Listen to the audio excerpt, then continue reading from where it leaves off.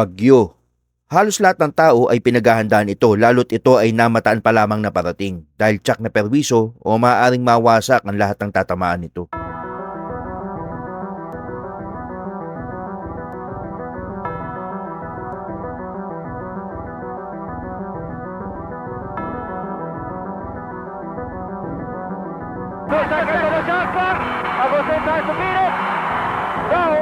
Play continues. 3 seconds to go. Tony Harris looking at the hole. And that's it. That's it. If they're going to count it. Let's see if they're going to count it. The referee is conferring. The referee is conferring. What a shot by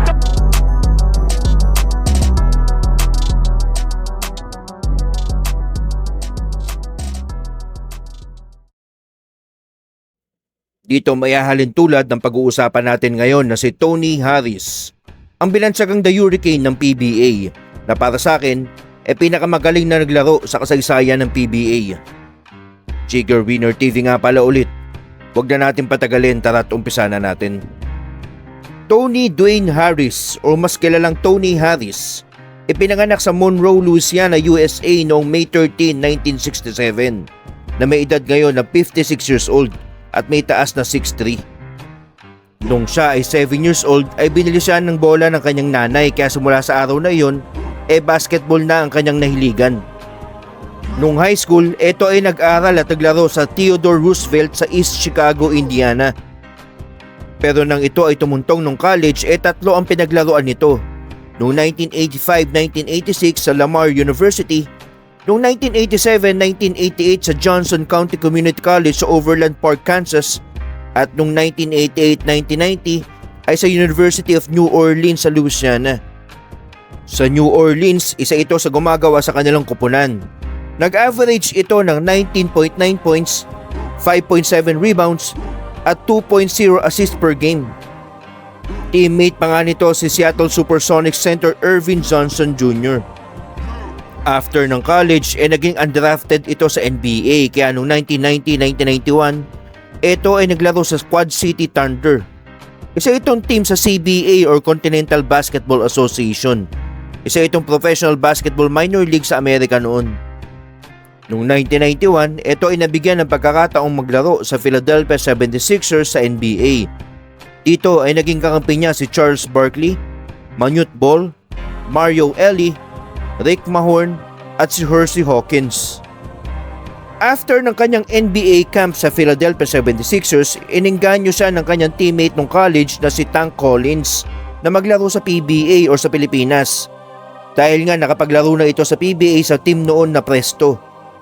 Ayaw pa nga daw nito nung una dahil NBA ang talagang pinangarap at tinahangad nito.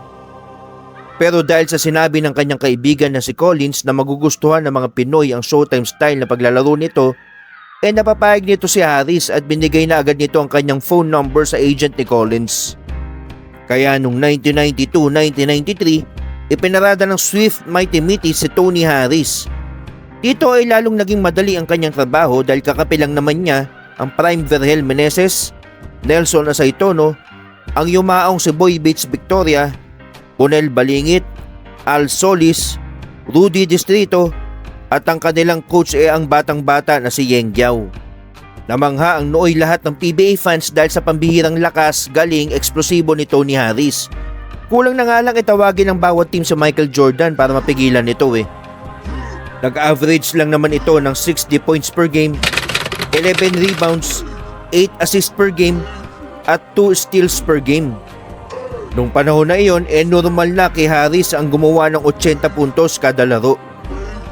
Umiskor pa nga ito ng 105 points.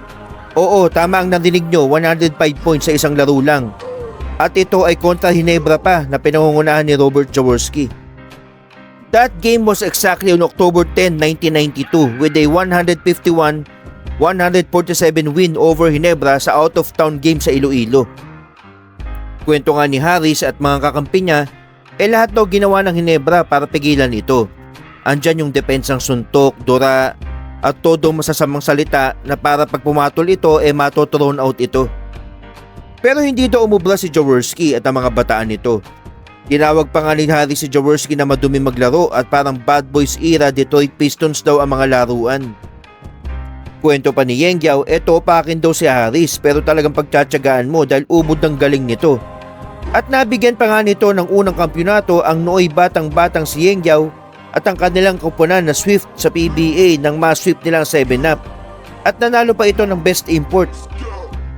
Marami nagsasabi noon na buwakaw si Harris. Pero sabi nga ng nooy kakampi niya na si Al Solis, ano magagawa ng lahat napasok yung tira at hindi mo pwede sisihin. Dagdag pa niya sa interview, inangkin daw ni Harris ang Swift at parang siya lang ang naglalaro. At may go signal ito sa kanilang coach na si Yengyao. Ito daw ang pinakamagaling na nakita niya mula nung umapak siya sa PBA. First year pa lang nito bagyo na. Walang nakakapigil, magaling, matapang. After ng stint ni Harris sa Swift, naglaro ito sa iba't ibang team sa CBA at naglaro din ito sa Boston Celtics noong 1994 to 1995. Nang dumating ang taong 1998, kinuha ulit ito ng RFM Corporation sa bagong pangalan ng kupunan na Popcola 800s. Pero hindi ito nagtagal dahil nagkaroon ito ng injury. Pagtapos sa maiksing paglalaro niya sa Popcola, yun ang huling nakita ito sa Philippine basketball. Makalipas ang ilang dekada, si Harris ngayon ay nagtatrabaho na bilang foreman sa Exxon Shell plant at kasama na niya ang kanyang sariling pamilya. Paminsan-minsan daw nagbabasketball pa rin siya pero para papawis lang. Sa panayam nga ni Ernest Leo Hernandez ng Sports on Air kay Harris 3 years ago, nagulat daw siya dahil wala na siyang natanggap na tawag maski sa ang PBA teams. Dahil sila daw nila Sean Chambers at Bobby Parks ang muka ng PBA. At kung bibigyan daw ng pagkakataon, gusto niyang mag-coach sa PBA. Ganda sanang makita yon kasi mga kabasketball, isa ito sa iniidolo ko nung matindi nung Swift era. Mga kabasketball, alam kong marami ang magsasabing iba ang laro nung panahon noon at iba ngayon. Ang pagkakaiba lang naman bawal ang zone defense noon. So kung dominante ka, malakas at dumadrive sa loob na athletic, magagawa mo talagang easy ang lahat. Pero mga kabasketball, come to think of it, iba ang physicality noon kaysa sa panahon ngayon. Kaya di mo masasabing mabilis ang basketball noon. Dumaan man ang ilan pang henerasyon o ilan pang dekada, nakatatak na sa PBA ang pangalan Tony Harris. At tingin ko wala nang makakabura sa highest single game individual scoring output in a PBA game with 105 points. Marami na ngang nagdatingan na PBA imports na malalakas, magagaling, pero wala pa ding papantay o maski pumarehas lang sa nag-iisang Tony the Hurricane Harris. Jigger Winner TV, hanggang sa susunod na basketball stories. It was just, one of those things that is probably not going to be repeated again. I don't know if there's any player now who can still make 105 points in a game.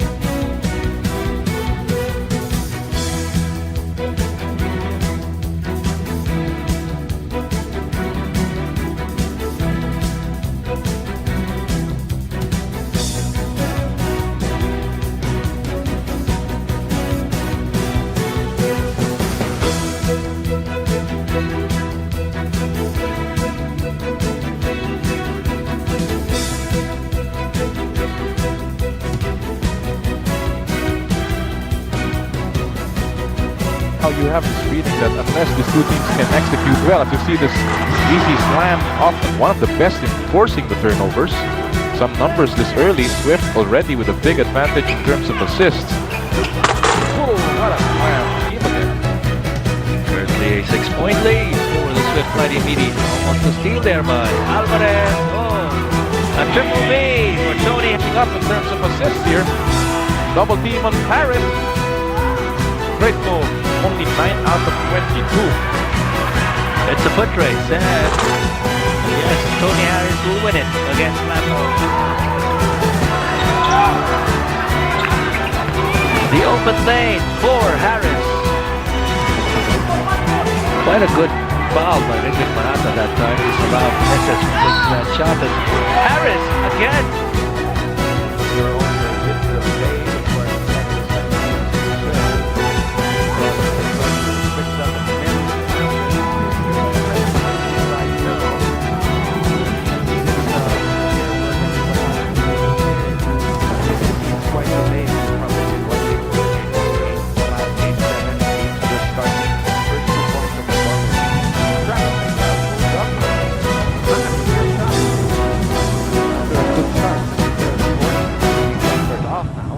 But their defense has held on, and there is Harris being fouled and having a three-point play coming up for himself.